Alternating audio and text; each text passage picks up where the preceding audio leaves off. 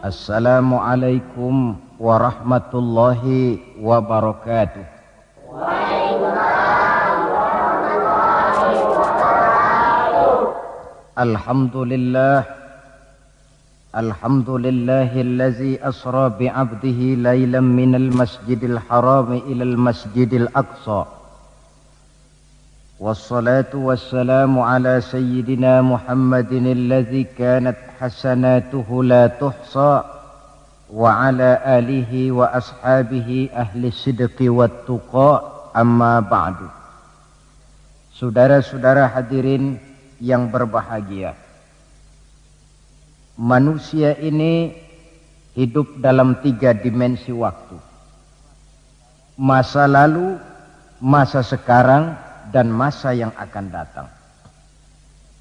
Masa lalu katanya adalah kenangan, masa sekarang adalah kenyataan, dan masa yang akan datang adalah harapan, impian, khayalan, atau cita-cita.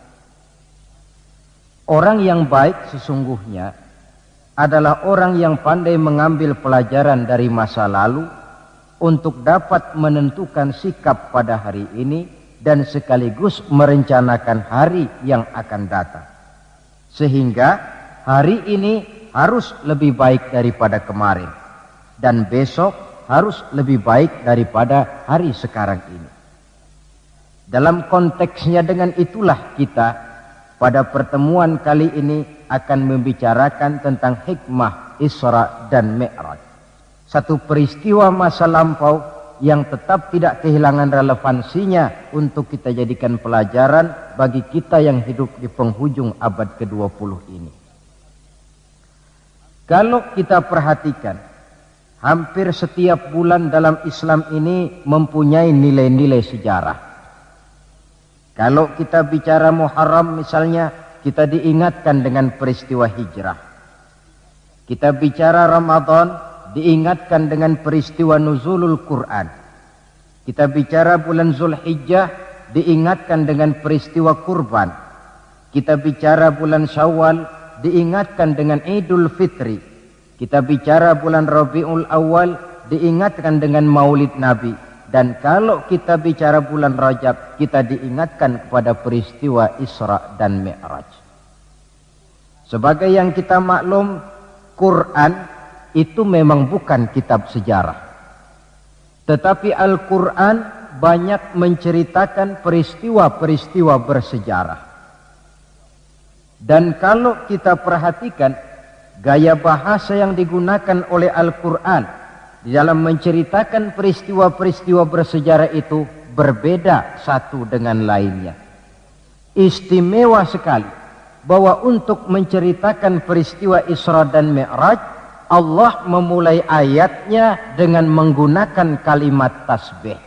Seperti yang kita baca dalam surah Bani Israel ayat pertama.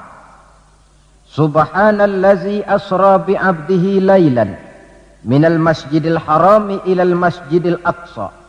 Maha suci Allah yang telah menjalankan hambanya pada suatu malam dari Masjidil Haram di Makkah ke Masjidil Aqsa di Palestina.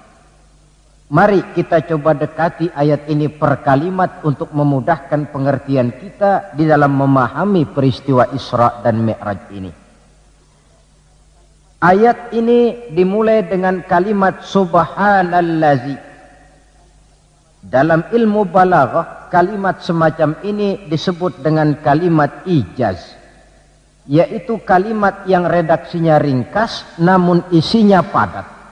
Di situ ada kata yang tersirat, yakni lafzul jalalah, sehingga asli kalimatnya subhanallahillazi, maha suci Allah, dan ini disebut dengan kalimat tasbih. Banyak peristiwa-peristiwa bersejarah yang diceritakan dalam Al-Quran, tetapi jarang yang diawali dengan kalimat tasbih. Al-Quran menceritakan bagaimana Allah menciptakan Nabi Adam, tidak dimulai dengan kalimat tasbih. Al-Quran menceritakan bagaimana Fir'aun dan bala tentaranya ditenggelamkan di Lautan Merah, itu kejadian hebat tidak dimulai dengan kalimat tasbih. Pun Al-Quran menceritakan bagaimana umatnya Nabi Saleh, umatnya Nabi Hud dan lain sebagainya yang ditelan gempa bumi, ditiup angin topan, seluruhnya diceritakan dalam Al-Quran, tetapi tidak satu pun yang dimulai dengan kalimat tasbih. Istimewa untuk menceritakan Isra dan Mi'raj ini, Allah memulai ayatnya dengan kalimat tasbih. Subhanallazi, maha suci Allah, maha suci dari segala kelemahan, maha suci dari segala kekurangan, maha suci dari segala ketidakmampuan. Allah mempertaruhkan kesuciannya untuk menjamin kebenaran peristiwa Isra dan Mi'raj. Dan sebagai pertanda, Isra dan Mi'raj bukan sekedar peristiwa biasa, tetapi Isra dan Mi'raj adalah peristiwa yang amat sangat luar biasa. Sampai Allah memulai ayatnya dengan menggunakan kalimat tasbih. Apa hikmah yang bisa kita ambil dari kalimat tasbih ini? Saudara, kita tahu di dalam agama kita ini kan ibadah macam-macam. Ada ibadah yang berat dan modalnya juga besar. Membangun masjid berat dan perlu biaya besar. Melaksanakan ibadah haji berat dan perlu biaya besar menurut umumnya ukuran ekonomi bangsa kita. Ini jenis ibadah yang berat dan perlu modal besar. Lalu ada pula ibadah itu yang berat tapi modalnya ringan. Seperti puasa. Puasa itu kan berat, puasa itu. Bukan menahan lapar dan hausnya yang berat, tetapi esensi puasa itu sendiri, yakni kemampuan mengendalikan nafsu. Kita ini kan kalau sedang puasa, lapar sih tahan, tapi marah kadang-kadang nggak tahan. Haus tahan, tapi ngomongin orang kadang-kadang nggak tahan. Padahal di situ esensi puasa, kemampuan mengendalikan nafsu. Dia ibadah yang berat, tapi modalnya ringan. Modal paling penting niat. Sahur itu kan hukumnya sunnah muakkadah. Yang wajib itu niatnya.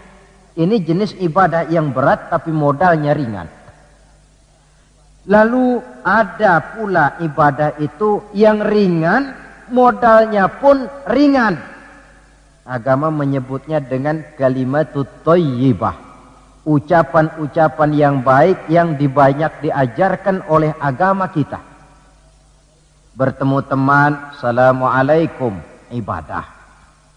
Memulai pekerjaan, bismillahirrahmanirrahim, ibadah. Melihat sesuatu yang hebat, masya Allah. Melihat sesuatu yang luar biasa, subhanallah. Terkejut, astaghfirullah. Mendapat nikmat, alhamdulillah. Terkena musibah, inna lillah wa inna ilaihi raji'un.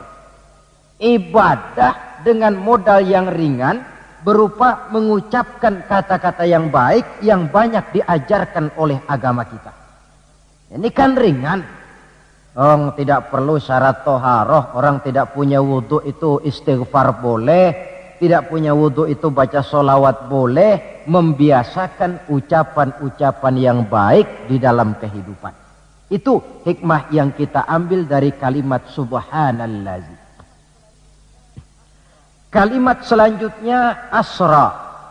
Maha suci Allah yang telah menjalankan.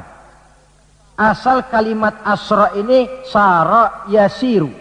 Lalu dibentuk dalam bentuk majhul menjadi asra yusri isra'an. Maha suci Allah yang telah menjalankan. Segera nampak dari ayatnya saudara-saudara, bahwa dalam peristiwa Isra dan Mi'raj itu yang aktif sebenarnya Allah. Nabi pasif. Allah yang menjalankan, Nabi yang dijalankan. Orang dijalanin tentu terima beres, namanya juga dijalanin. Maka tidak heran kalau beliau berangkat dari Mekah kemudian menuju Masjidil Aqsa di Palestina. Dari sana naik ke langit pertama, 2, 3, 4, 5, 6, 7. Dari sana naik lagi ke Rafraful Akhdar, sampai ke Sidratil Muntaha, sampai di bawah Aras, menerima perintah sholat, melakukan kunjungan ke surga dan neraka, kembali lagi ke Mekah tidak lebih daripada sepertiga malam. Kok bisa ya? Kalimatnya asra. Allah yang menjalankan, Nabi yang dijalanin. Tentu saja karena dijalankan, oh beliau lalu terima beres. Andai kata Rasul berjalan sendiri, terang beliau tidak akan mampu menempuh jarak yang demikian jauh dalam waktu yang relatif singkat. Artinya, di dalam memahami peristiwa Isra dan Mi'raj ini, yang dipakai bukan logika intelektualitas manusia, tetapi logika kemahakuasaan yang mutlak dari Allah Subhanahu wa ta'ala. Satu contoh kecil. Saya satu hari berangkat ke Bogor. Jam 9 saya berangkat dari rumah, ambil baju di lemari, saya pakai. Berangkatlah saya ke Bogor. Saya tidak tahu kalau di kantong baju saya ada semutnya. Saya pun berangkat ke Bogor. Jam 10 sampai di Bogor, setengah 11 urusan selesai, kembali lagi ke rumah, setengah 12 sudah sampai di rumah. Baju saya buka, saya gantung kembali di lemari, semutnya keluar dari kantong, cerita sama teman-temannya. Saudara-saudara bangsa semut, percayalah saya baru saja pulang dari Bogor. Kata temannya, jam berapa kau berangkat? Tadi jam 9. Lalu setengah 12 sudah sampai lagi di sini? Iya. Temannya yang berpikir menurut logika semut mana mungkin percaya. Tentu akan berkata, bagaimana mungkin Mut? Badanmu begitu kecil, jalanmu begitu lambat. Masa ke Bayoran Bogor jam 9 berangkat, setengah 12 sudah pulang lagi? Temannya tidak tahu, semut bukan jalan sendiri, tapi nyempeng di kantong saya. Dahulunya Abu Jahal, Abu Lahab, dan abu-abu lainnya, itu mikirnya pakai logika manusia. Ya jelas toh, peristiwa ini tidak akan bisa dicernakkan oleh logika. Karena itu kalau sedikit orang mau merenungi ayatnya, tidak terlalu sulit memahami Isra dan Mi'raj. Dia kehendak Allah, bukan kehendaknya Rasulullah Sallallahu Alaihi Wasallam. Ini kalimat asra. Kemudian kalimat bi'abdihi, maha suci Allah yang telah menjalankan hambanya. Kenapa kok Allah memakai kalimat tidak langsung? Kan lebih enak saja kalau Allah bilang misalnya, Subhanallazi asra bi Muhammad, maha suci Allah yang telah menjalankan Muhammad. Begitu saja, kenapa sih? Kenapa harus pakai bi'abdihi, maha suci Allah yang telah menjalankan hambanya? Pakai kata-kata hamba. Apa maksudnya? Nah, di dalam kalimat hamba ada dua data. Data pertama, kalimat hamba di sini menjelaskan bahwa Nabi Muhammad itu Isra dan Mi'raj dengan roh dan dengan jasad sekaligus. Sebab apa? Orang hanya dipanggil hamba kalau punya roh dan punya jasad. Jasad tanpa roh namanya mayit. Roh tanpa jasad gentayangan, mungkin namanya pocong. Orang dipanggil hamba tentunya lengkap jasad dan roh sekaligus. Karena itu kalimat bi'abdihi sudah merupakan jawaban Isra Mi'raj terjadi dengan jasad dan dengan roh. Itu data pertama. Data yang kedua, kalimat bi'abdihi ini menjelaskan bahwa Nabi Muhammad itu oleh Allah benar-benar telah diakui sebagai hambanya. Maka lalu dipanggil hamba dalam ayat ini. Saudara mungkin lalu bertanya, Kalau cuma sekedar urusan itu, apa kita ini bukan hamba Allah? Ya tentu, kita ini hamba Allah. Kata siapa? Kata kita. Kalau kata kita, namanya mengaku. Orang mengaku tentu boleh-boleh saja, namanya ngaku. Cuma diakui atau tidak, ini yang jadi masalah. Saya bisa saja berkata, saya kenal dengan Bapak Presiden. Tapi yang jadi masalah, apakah Bapak Presiden juga kenal dengan saya? Dengan kata lain, kalau kata-kata hamba Allah keluar dari mulut manusia, nilainya murah. Kenapa murah? Sebab itu pengakuan. Tapi kalau keluar dari Allah sendiri, itu yang mahal.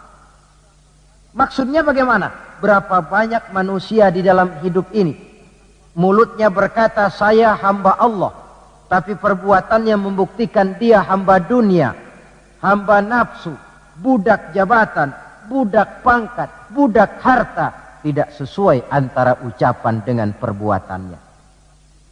Dari kalimat bi'abdihi ini kita ambil hikmah.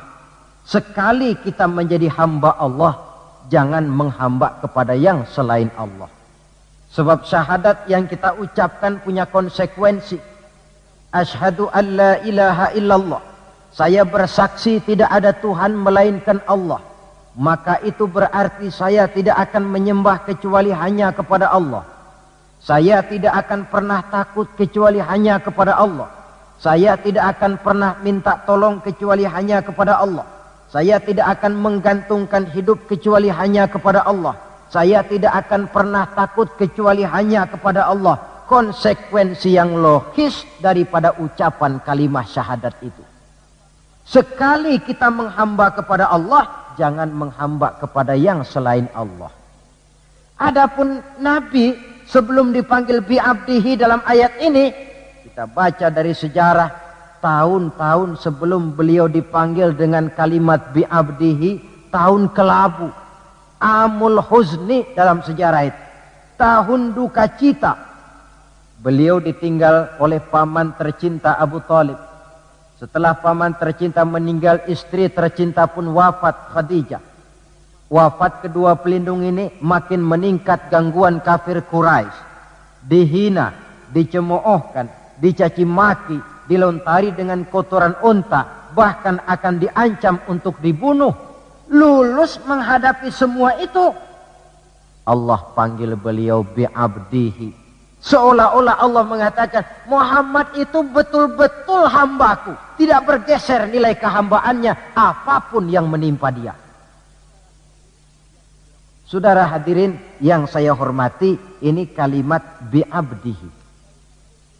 Jadi dari sini kita bisa memahami Isra yang merupakan perjalanan Nabi dari Masjidil Haram hingga ke Masjidil Aqsa, dan Mi'raj yang naiknya Nabi dari Masjidil Aqsa menghadap Allah semata-mata merupakan peristiwa yang terjadi menurut apa maunya Allah. Nah, kemudian apa tujuan daripada Isra dan Mi'raj itu? Hakikatnya cuma Allah yang tahu tentu. Namun kalau kita lihat di penghujung ayatnya, kita akan menemukan kalimat linuriyahu min ayatina. Keseluruhan perjalanan yang ajaib itu, sejak berangkat sampai kembali, tujuannya linuriyahu min ayatina. Untuk kami perlihatkan kepada Nabi Muhammad itu sebagian kecil daripada tanda-tanda kebesaran kami. Untuk disampaikan kepada umatnya dan kemudian menjadi pelajaran di dalam mengarungi kehidupan. Seluruh perjalanan yang dilihat oleh Nabi, seluruh pemandangan yang ditemui di dalam perjalanan, itu merupakan sebagian kecil dari tanda-tanda kebesaran Allah. Dan itu merupakan tamsil, contoh pelajaran buat kita yang hidup di zaman sekarang ini. Misalnya, di dalam perjalanan Rasul melihat ada orang mencakar-cakar mukanya dengan kukunya sendiri. Beliau bertanya, ya Jibril, itu orang macam apa? Jibril yang waktu itu bertindak sebagai bodyguard menjelaskan, Muhammad, itulah contoh daripada umatmu, orang-orang yang suka memburuk-burukan saudaranya sendiri. Ditamsilkan bagaikan orang yang mencakar mukanya sendiri. Sebab muslim ini bersaudara seperti satu tubuh. Jikalau yang satu sakit, yang lain akan ikut merasakan sakit. Jikalau satu terinjak, yang lain merasakan akibatnya. Ibu jari tersandung batu, mulut akan berkata aduh, air mata akan keluar, kepala mungkin akan ikut pusing, dan itu refleks tanpa harus menunggu undangan. Orang yang memburuk-burukan saudaranya sendiri, hakikatnya mencakar mukanya sendiri. Bak kata pepatah, menepuk air di dulang, terpercik muka sendiri. Lalu beliau melihat pula ada orang dipotong lidahnya. Kata malaikat Jibril, Muhammad, itu tamsil daripada umatmu, orang-orang yang suka mengumpat, para pembuat fitnah, tukang bikin gosip dan menjelek-jelekan orang lain. Maka lidahnya akan dipotong sedemikian rupa. Lalu beliau melihat pula dalam perjalanan ada orang memikul kayu. Sudah cukup berat, rengkek-rengkek dia membawa beban yang cukup berat itu. Anehnya malah beban yang sudah cukup berat itu bukan dikurangi, malah ditambahi. Makin berat makin ditambah, makin berat makin ditambah. Sampai Nabi heran dan tanya, Jibril, apa lagi kalau ini? Nah Muhammad, ini tamsil daripada umatmu, orang-orang yang dipercayakan untuk memikul satu amanah, tetapi amanah yang satu belum dia laksanakan, sudah diterima amanah yang lain. Akhirnya bertumpuk-tumpuk di pundaknya amanah-amanah yang harus disampaikan. Orang yang terlalu banyak jabatan, tetapi kemudian ternyata tidak mampu melaksanakan tugasnya. Tapi dikasih jabatan baru, mau lagi. Dikasih yang baru, mau lagi. Soal mampu of tidak, soal nomor 2, yang penting punya jabatan. Orang yang di dalam menerima suatu pekerjaan tidak pernah mengukur dengan batas kemampuan yang dimilikinya. Lalu beliau melihat pula ada sekelompok orang menanam. Hari itu dia menanam, hari itu juga tumbuh, hari itu juga keluar buahnya. Diketamnya, lalu tumbuh lagi gantinya. Tiap kali diketam, tiap kali keluar buahnya. Itu tamsil apa ya Jibril? Kata malaikat Jibril, wahai Muhammad, itulah satu contoh daripada umatmu, orang-orang yang gemar memberikan bantuan kepada orang yang memang memerlukannya. Mereka yang rajin sedekah, membantu fakir miskin, menyantuni yatim piatu, memberikan bantuan kepada pengembangan dakwah, madrasah, pendidikan dan pesantren. Hakikatnya mereka mengeluarkan uang, tetapi hakikatnya itu adalah untuk kepentingan diri mereka sendiri. Dicontohkan laksana orang, hari itu dia menanam, hari itu tumbuh buahnya. Dia petik, keluar lagi gantinya. Begitu seterusnya, tidak pernah berhenti. Jadi orang yang rajin bersedekah, senang memberikan bantuan kepada mereka yang memerlukannya, pada hakikatnya adalah orang-orang yang tidak pernah merugi barang sedikit pun. Malah milik kita yang sebenarnya adalah apa yang sudah kita belanjakan di jalan Allah. Uang kita di kantong kita adalah uang kita hari ini.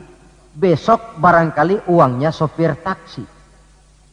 Uang yang ada di dompet, uang kita hari ini. Besok barangkali uangnya tukang rokok. Uang kita yang sebenarnya apa yang sudah kita belanjakan di jalan Allah.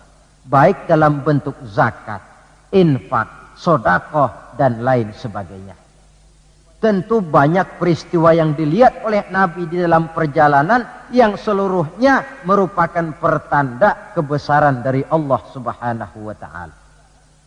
Nah, Saudara, kemudian di antara tujuan Isra dan Mi'raj, di samping memperlihatkan sebagian kecil tanda kebesaran Allah, menerima perintah sholat.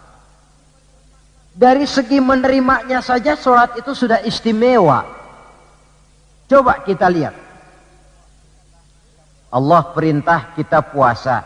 Cukup turun ayat. Ya ayyuhalladzina amanu kutiba alaikumussyiyam. Cukup turun ayat. Allah perintah orang yang mampu untuk melaksanakan ibadah haji. Cukup turun ayat. Allah perintah kita bayar zakat. Cukup turun ayat. Tapi Allah perintah kita sholat. Tidak cukup cuma sekedar turun ayat. Nabinya langsung dipanggil. Dari segi ini saja sholat itu sudah istimewa. Benar kalau Nabi menyatakan innama masalus sholati fid din kama salir ra'si fil jasad. Kedudukan sholat dalam agama sama dengan kedudukan kepala dalam anggota badan manusia. Kita yakin manusia tidak punya sebelah tangan mungkin masih bisa hidup. Manusia tidak punya sebelah kaki barangkali masih bisa hidup. Manusia tidak punya sebelah telinga masih bisa hidup. Tapi kalau manusia sudah tidak punya kepala, umpama hidup juga, itu barangkali tulen turunannya kuntilanak. Begitulah kita lihat kedudukan sholat ini di dalam agama. Begitu pentingnya sampai untuk menerima perintah sholat, Allah langsung memanggil Nabi kita Muhammad sallallahu alaihi wasallam.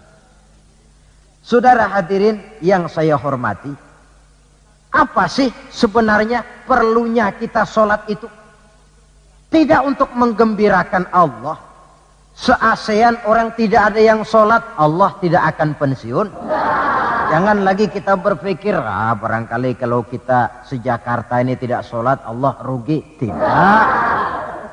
Tidak usahlah se-Jakarta, se-ASEAN lah. Tidak ada orang yang sholat. Allah tetap Allah. Sebab ia menjadi Allah, tidak ada ketergantungannya kepada manusia. Ia tidak pernah mengambil manfaat daripada perbuatan manusia. Salat yang diperintahkan kepada kita, manfaatnya akan kembali kepada kita.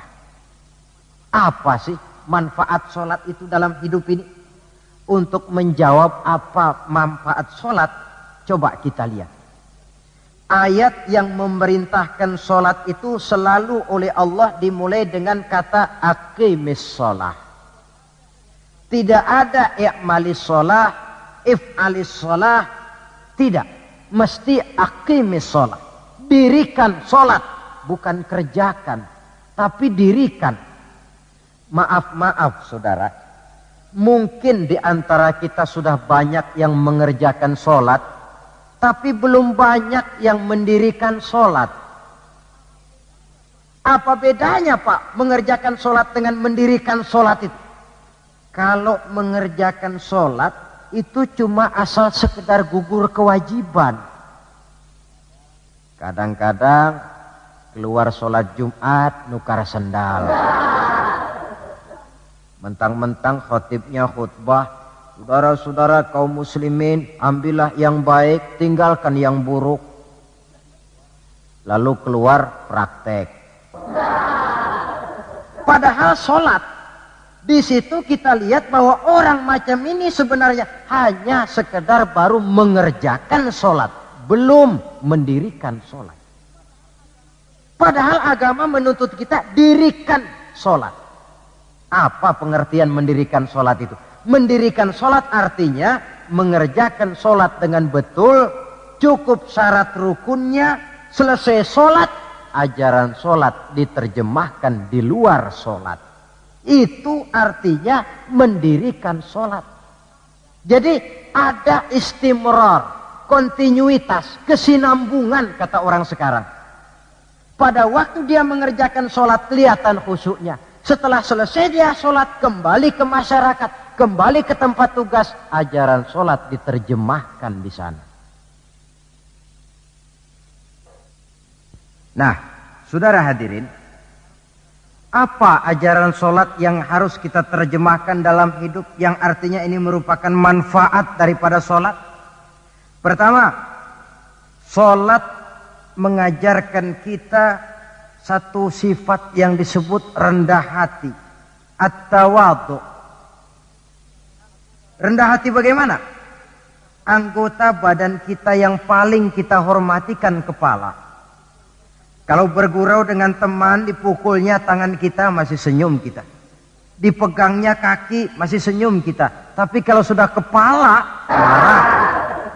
Namun kepala yang begini kita hormati, manakala sujud di hadapan Allah, sama rendahnya dengan telapak kaki kita. Allahu Akbar.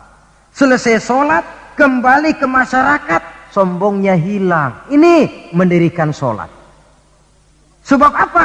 Dia tahu orang sombong itu Allah tidak senang. Iblis diusir dari sorga itu kan cuma karena sombong.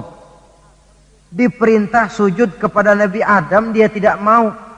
Allah tanya iblis, kenapa kau tidak mau? Ini kan perintahku, kata Allah. Iblis dengan sombongnya menjawab, wahai Allah, saya akan diciptakan dari api, Adam kan dari tanah. Unsur api lebih mulia daripada unsur tanah. Masa saya harus sujud sama Adam yang baru kemarin? Gengsi ah. Kata Allah, kamu sombong iblis. Surga bukan tempat orang sombong. Keluar.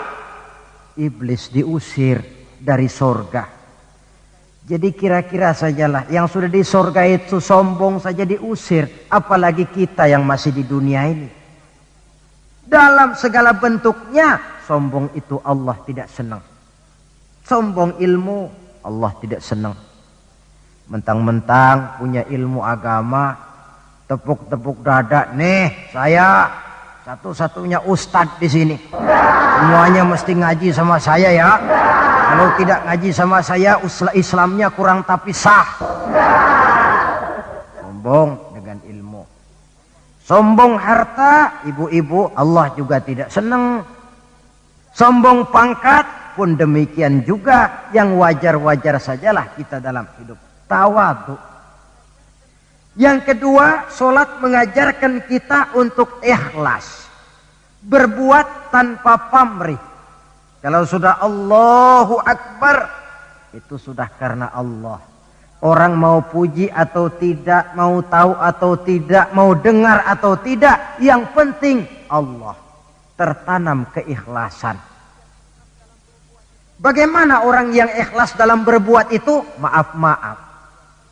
Orang yang ikhlas dalam berbuat itu seperti orang buang air besar. Saudara, kalau saya tanya, pagi-pagi buang air besar itu ikhlas apa tidak?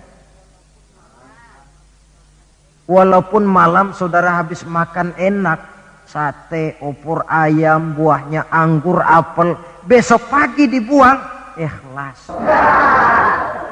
Tidak pernah ditengok-tengokin. Begitu jatuh lalu dilihat, ini jangan-jangan satenya ini, tidak. Sudah jatuh ya sudah, kurelakan kau pergi. Berbuat tanpa pamrih, yang penting Allah. Ini mendirikan sholat. Yang ketiga, ini saya kira yang banyak dicari orang sekarang. Sholat itu memberikan ketenangan dalam hidup. Ketenangan bagaimana? Kita manusia hidup ini kan punya ambisi dan emosi. Yang orang lain punya, kita kepengen. Yang orang lain bisa, kita kepengen. Itu wajar, namanya manusia mesti punya emosi. Tapi emosi yang membludak tanpa dinetralisir akan bisa menimbulkan psikosomatik. Di mana manusia disiksa oleh perasaannya sendiri. Cobalah. Kadang-kadang dia lihat tetangganya beli televisi berwarna. Tetangga yang sebelah meriang. Enggak dia apa-apain, meriang. Tetangganya malah makin kaya, besok beli kulkas. Wah, dia makin gawat, opnam, masuk rumah sakit. Di rumah sakit dapat kabar tetangganya beli mobil, wah mati dia. Disiksa oleh perasaannya sendiri. Orang yang sholat lain. Jam 11 siang lihat tetangga bawa TV berwarna baru. Temperatur naik, panas, wajar. Datang waktu zuhur, kutub-kutub badan yang panas karena lihat tetangga bawa TV baru, didinginkan oleh air wudhu. Begitu terkena air wudhu, temperatur turun, adem. Selesai wudhu, menghadap ke arah kiblat, usolli fardhu zuhri, Allahu Akbar, Allah yang maha besar. Temperatur makin turun ke titik nol, titik netral. Sebab apa? Dia sudah berhadapan dengan zat yang maha besar. Allahu Akbar, yang besar cuma Engkau ya Allah. Televisi tetangga saya mah kecil. Itu sebabnya Nabi pernah mengisyaratkan tanda orang bahagia itu dalam urusan dunia dia lihat ke bawah, tapi dalam urusan akhirat, dalam urusan agama dia melihat ke atas. Kalau dia punya mobil dia berkata, alhamdulillah kita nih punya mobil, tetangga sebelah cuma punya motor. Kata yang punya motor, alhamdulillah punya motor, tetangga sebelah cuma sepeda aja kemana-mana. Kata yang punya sepeda, alhamdulillah punya sepeda, tetangga sebelah kemana-mana jalan kaki terus. Kata yang jalan kaki, alhamdulillah masih bisa jalan. Tetangga sebelah lumpuh bertahun-tahun gak kemana-mana. Kata yang lumpuh, alhamdulillah masih hidup. Tetangga sebelah kemarin out gak balik lagi. Timbul rasa syukur. Lalu dalam urusan akhirat, agama melihat ke atas. Kalau dia bisa jaga sholat yang 5 waktu, kenapa saya tidak? Kalau dia bisa baca Quran, kenapa saya tidak? Kalau dia walaupun hidup sederhana berani membantu pembangunan masjid, musola, madrasah, kenapa saya yang lebih kaya tidak? Timbul keinginan untuk mencontoh. Mencontoh orang dalam ibadah menimbulkan kepuasan batin. Sebaliknya, mencontoh orang dalam urusan harta menimbulkan rasa penasaran, hasud, dengki, tidak senang melihat orang lain mendapat nikmat, dan paling akhir disiksa oleh perasaannya sendiri. Ketenangan dalam hidup, ketenangan dalam rumah tangga tercipta karena sholat.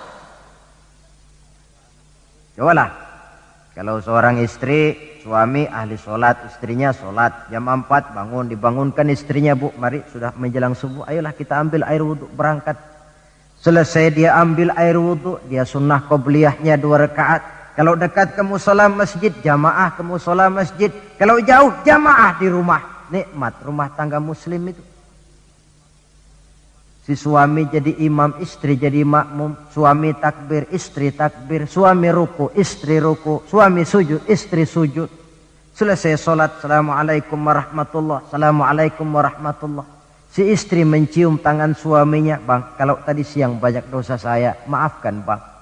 Nikmat rumah tangga muslim tercipta karena sholat. Suatu hari bertengkar, cang ceng cong hang heng hong, ribut suami istri. Datang waktu zuhur, kata suaminya, bu, waktu zuhur sudah datang. Pertempuran kita hentikan sebentar. Gencatan senjata mulai. Ayo kita sholat. Ayo kau jadi imam lah. Suami jadi imam, istri jadi makmum. Biar monyong-monyong dikit sholat. Saya sholat. Assalamualaikum warahmatullah. Assalamualaikum warahmatullah. Si suami menoleh ke belakang. Bu, kalau memang masih penasaran, terusin yuk. Saya kira kalau memang masih terus juga, itu memang dasar ahli bertengkar. Sudah profesional itu. Pakai sholat saja tidak mempan, bagaimana pula dengan yang lain. Sholat membawa ketenangan dalam hidup pribadi, berumah tangga, bahkan bermasyarakat sampai kepada bernegara. Inilah makna inna sholata tanha anil fahsya'i wal munkar. Sholat yang didirikan dengan betul mampu mencegah manusia daripada perbuatan yang keji dan munkar. Saudara hadirin yang saya hormati, dengan demikian maka sholat adalah keperluan kita, bukan keperluannya Allah. Dan waktunya sudah diukur sedemikian rupa. Coba lihat, antara subuh dengan zuhur itu intervalnya panjang. Sebab apa? Allah juga tahu di situ jam-jam sibuk. Pegawai di kantor, petani di ladang, di sawah, pedagang di pasar, maka di situ tidak ada sholat kecuali sholat sunnah. Bekerja kita dari pagi sampai siang sampai udara panas, timbul stres. Datang refreshing, istirahatlah, jangan diforsir, ademi dengan wudhu, lalu sholat zuhur. Selesai sholat zuhur, kembali lagi ke tempat tugas. Antara zuhur dengan asar intervalnya lebih pendek. Sebab apa? Dalam udara panas kerja cepat melelahkan. Maghrib dengan isya intervalnya lebih pendek lagi. Sebab apa? Sudah masuk malam. Sebagian besar kejahatan justru terjadi pada waktu malam. Antara isya dengan subuh intervalnya memang panjang. Tapi di sana ada terminal kontrol cadangan yang disebut tahajud, hajat dan sebagainya.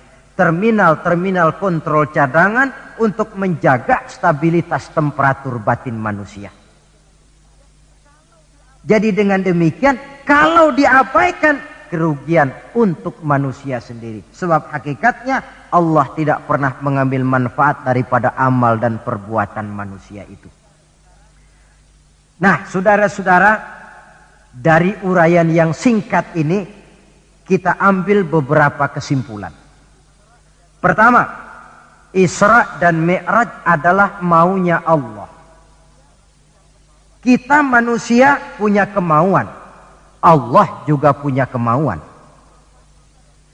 Kalau kemauan kita sesuai dengan kemauan Allah, tentu jadi. Kalau tidak, ya tidak. Maunya Allah yang jadi, bukan maunya kita. Nah, agar mau kita dimaui Allah, caranya bagaimana? Mudah saja. Ikuti apa maunya Allah, nanti dia ikuti maunya kita. Dekati Allah, nanti dia dekat dengan kita. Kalau dekat, fasilitas tentu dikasih. Memang kita dekat sama lurah saja kadang-kadang dapat fasilitas kan. Dekat dengan orang-orang tertentu bisa mendapat fasilitas. Dekat dengan Allah, demikian juga adanya. Sarana komunikasi yang paling efektif untuk mendekati Allah, sholat adanya. Yang kedua, seluruh kejadian dalam alam hanya bisa terjadi karena dua proses. Pertama yang disebut proses kauniyah, yaitu seluruh kejadian yang terikat oleh hukum kausal, hukum sebab akibat. Kalau begini, mesti begitu. Kejadian seperti ini bisa diperhitungkan, dapat diperkirakan, dan bisa dianalisa. Tapi ada kejadian lain yang disebut proses rabbaniyah. Kejadian yang terjadi menurut apa maunya Allah dan tidak tunduk kepada manusia, kepada hukum kausal. Contoh, kalau ada anak kecil, logika kita akan lalu mikir, ini ada anak kecil, mesti ada bapaknya, mesti ada ibunya. Ibu bapak sebab anak akibat, itu proses kausal. Tapi kalau Allah yang mau, tidak mesti. Nabi Adam, ibu tidak ada, bapak tidak ada, Allah mau jadi. Tidak bisa diselidiki secara eksat. Bagaimana ya proses terjadinya Nabi Adam secara antropologi budaya? Buntu. Nabi Isa, ibu ada, bapak tidak ada, Allah mau jadi. Tidak bisa diselidiki secara medis. Bagaimana ya menurut ilmu kedokteran? Kok Siti Maryam bisa hamil padahal dia tidak punya suami? Mukjizat. Maryam hamil tanpa suami, Allah yang mau. Cuma tentu agak kita sesalkan bahwa di zaman sekarang ini rupanya banyak juga perempuan-perempuan tidak mau kalah dengan Siti Maryam ini. Ini barangkali termasuk mukjizat abad 20. Saudara-saudara, otoritas intelektual perlu, tapi tidak bisa mentargetkan. Beberapa tahun yang lalu, Direktorat Vulkanologi itu sibuk mengawasi 2 buah gunung berapi yang dianggap bahaya kelas 1 dan setiap saat bisa meletus. Sore, pagi, siang, malam diawasi. Merapi di Jawa Tengah, dan Anak Krakatau di Selat Sunda. Apa yang kemudian terjadi? Yang diawasi tenang-tenang saja. Yang tidak diawasi malah batuk-batuk. Galunggung. Begitu Galunggung meletus, komentar macam-macam. Kata Direktorat Vulkanologi, oh itu kan gejala alamiah. Gejala alamiah. Kata yang seniman, oh itu karena alam sudah bosan bersahabat dengan manusia. Macam-macamlah komentar. Tapi satu hal yang jelas, otoritas intelektual manusia itu harus sadar akan kelemahan keterbatasannya. Janganlah karena terlalu memuja otak sampai kita lupa kepada yang bikin otak. Sebab bagaimanapun jeniusnya otak manusia, yang bikin otak tentu lebih jenius lagi. Kita kagum dengan otak manusia, tapi kadang-kadang kita lupa dengan sang pembuat otak. Isra Mi'raj, proses Rabbaniyah. Allah yang mau, bukan Nabi Muhammad yang mau. Api, kalau menurut kita kan api itu panas, membakar. Kalau menurut Allah tidak. Api itu netral. Netral bagaimana? Terserah maunya Allah. Kalau dia mau api panas, ya panas. Kalau tidak, ya tidak. Panas dan tidaknya bukan untuk manusia. Bukan untuk Allah. Tetapi untuk manusia. Maka Nabi Ibrahim pada waktu oleh Raja Namrus dilempar ke kobaran api yang menggunung. Seujung rambut pun dia tidak terbakar. Sebab apa? Ketika dia hampir jatuh ke dalam api, Allah berkata kepada api, ya naru kuni bardan wa salaman ala Ibrahim. Hai api, dinginlah kamu, selamatkan Ibrahim. Api tunduk kepada maunya Allah, seujung rambut pun Nabi Ibrahim tidak terbakar, malah kedinginan di tengah kobaran api. Kasus macam ini tidak bisa diselidiki secara eksat. Bagaimana kok Nabi Ibrahim itu enggak kebakaran di dalam api? Oh, barangkali baca ayat itu tuh yang tadi itu. Saudara boleh coba. Bacalah ya narukuni bardan wa salaman alayya. Masuk saudara ke dalam api, insya Allah mateng. Kalau potongan kita. Sebab yang kita mau itu belum tentu Allah mau. Kalau yang kita mau Allah mau, tentu jadi. Kalau tidak, tidak. Isra Mi'raj sekali lagi. Peristiwa Rabbaniyah dan bukan peristiwa kauniyah. Logika di dalam memahaminya bukan logika intelektual, tetapi logika kemahakuasaan yang mutlak dari Allah Subhanahu wa ta'ala. Yang ketiga, marilah kita berusaha agar setiap gerak hidup dalam dunia ini bernilai ibadah. Sekurang-kurangnya berupa ucapan-ucapan yang baik. Bukankah yang namanya ibadah itu ya sholat ibadah, puasa ibadah, zakat ibadah, haji ibadah. Tapi tidak terbatas kepada hanya sekedar itu. Membangun rumah sakit, membangun sekolah, membangun panti asuhan yatim piatu, itu keseluruhannya merupakan ibadah. Sekurang-kurangnya ibadah dalam bentuk ucapan-ucapan yang baik, yang menyenangkan orang dan berpahala kita mengucapkannya. Ini tidak terlalu sulit dan bisa kita praktekkan di dalam kehidupan sehari-hari. Begitu pentingnya soal ucapan, sampai dalam satu ayat Allah menjelaskan, wa qaulun ma'rufun khairun min shadaqatin yatba'uha adza. Ucapan yang baik itu lebih disukai Allah daripada sedekah tapi menyakitkan hati orang yang menerimanya.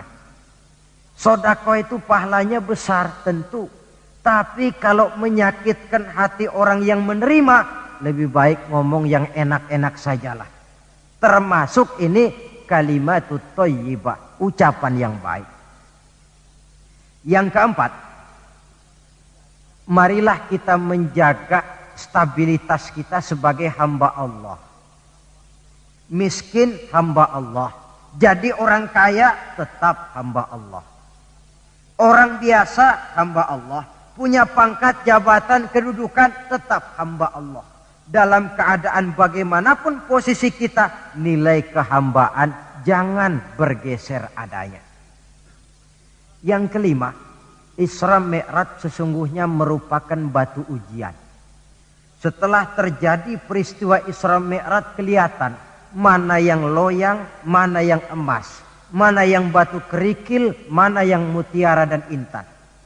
Setelah terjadi Isra dan Mi'raj, yang beriman makin mantap imannya, yang ragu-ragu makin kembali malah kepada kekafiran, yang memang sudah kafir makin menghebat kekafirannya.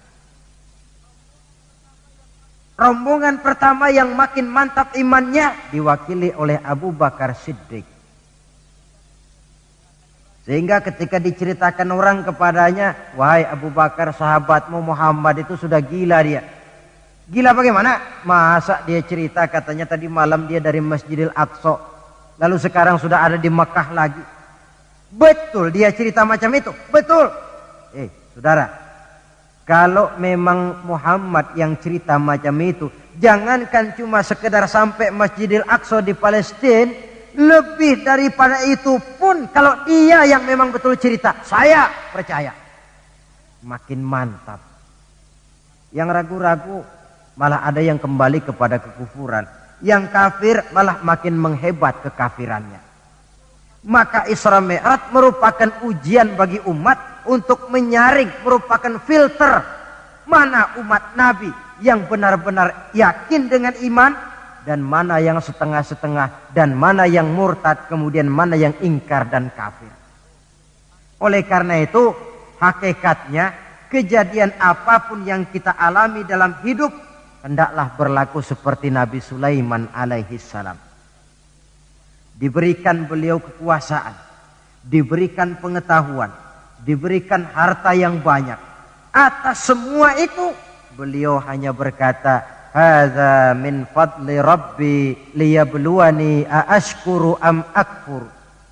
Semua ini, kekuasaanku, hartaku, ilmu pengetahuan yang diberikan kepadaku, ini cuma sekedar karunia untuk menguji diriku, adakah aku bersyukur karenanya atau malah aku menjadi ingkar karenanya. Maka bersyukurlah kita yang hidup di satu zaman yang jauh dari zamannya Rasulullah. Kita belum pernah berjumpa dengan beliau, belum pernah mendengar suara beliau, tidak melihat gerak langkah perjalanan beliau. Entoh kita beriman dengan peristiwa Isra dan Mi'raj ini. Jauh lebih beruntung daripada orang-orang yang langsung ditongkrongi Nabi. Mereka melihat wajah Nabi, mendengar Nabi membaca wahyu, melihat mukjizat, tetapi mereka tidak juga mau beriman. Nilai-nilai iman ini kalau tidak kita pelihara dan kita syukuri, akan bisa bergeser, ditelan oleh segala macam godaan dan cobaan yang kita hadapi di dalam perjalanan hidup ini. Saudara-saudara hadirin yang saya hormati, dengan begitu maka Isra dan Mi'raj dengan segala kejadian yang ada di dalamnya, sekali lagi merupakan bukti kemahakuasaan yang mutlak dari Allah dan kelemahan serta keterbatasan dari kemampuan yang dimiliki oleh manusia. Membicarakan Isra dan Mi'raj artinya bercermin di dalam perjalanan yang luar biasa itu. Bercermin apa? Bahwa pengetahuan manusia, taruhlah dia sudah melanglang buana ke ruang angkasa, tapi masih terbatas kepada alam yang fisika, dan itu pun sedikit sekali. Belum dia menyeberang ke alam metafisika. Kekayaannya, apalah artinya kekayaan manusia ini? Jabatan barangkali, kita semua sadar bahwa pangkat yang paling tinggi sebenarnya kan pensiun. Titel yang paling akhir tidak lain adalah almarhum. Setiap kita akan berjalan ke arah itu, sehingga tidak terkena apa yang diingatkan Allah, kalla innal insana la yatgha ar-ra'ahu istaghna. Manusia itu mudah lupa diri manakala melihat dia sedikit mampu, kaya, berkuasa, pandai, mudah lupa diri. Cobalah lihat Berapa banyak orang-orang yang tadinya sudah adil, berjuang menegakkan keadilan, namun di tengah jalan dia bisa berbalik meluncur menjadi orang yang justru menginjak-injak keadilan itu sendiri.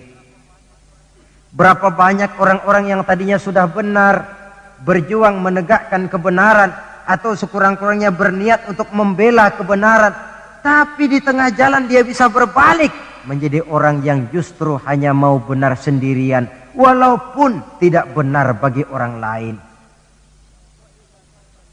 Wa idza massal insana durru da'ana li janbihi aw qa'idan aw qa'ima falamma kashafna anhu durrahu marra ka'allam yad'una ila durrin massahu. Kalau manusia ditimpa kesulitan, dia bermohon kepada Allah supaya dihilangkan kesulitan, baik saat pada waktu berdiri, sambil berbaring, sambil tidur. Manakala kesulitan sudah dihilangkan, marra ka'allam yad'una ila durrin massahu, dia pun berjalan dengan sombongnya, seolah-olah belum pernah minta tolong kepada Allah. Ini kecenderungan manusia. Itulah sebabnya yang terakhir sekali dari pembicaraan kita kali ini, puncak kebahagiaan seorang muslim tidak lain adalah bertemu Allah. Bagaimanapun nikmatnya masuk surga, kalau diukur dengan bertemu Allah, masih jauh lebih nikmat bertemu Allah. Nabi di puncak perjalanan Mi'raj bertemu Allah, tapi pertemuan itu diawali dengan berbagai macam cobaan, ujian, fitnahan, sampai kepada ancaman akan dibunuh.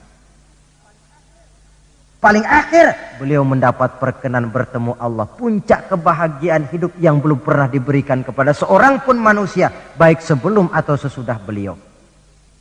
Jadi begitulah seperti pepatah bilang, habis gelap mesti terbit terang. Inna ma'al usri yusra. Di balik segala kesulitan itu, insya Allah akan menunggu kemudahan. Kesulitan adalah bagian daripada hidup. Bukan untuk ditakuti, tetapi untuk dicarikan jalan keluar bagaimana pemecahannya. Saudara, inilah pembicaraan kita pada pertemuan ini. Walaupun selintas, mudah-mudahan bisa memberikan gambaran tentang Isra dan Mi'raj yang pada gilirannya akan memperkuat nilai-nilai keimanan kita dalam rangka melaksanakan apa yang diperintah Allah dan menjauhi apa yang dilarangnya. Terima kasih banyak atas perhatian saudara. Mohon maaf atas segala kekurangan. Usikum wa iyaya bitaqwallah. Wassalamualaikum warahmatullahi wabarakatuh.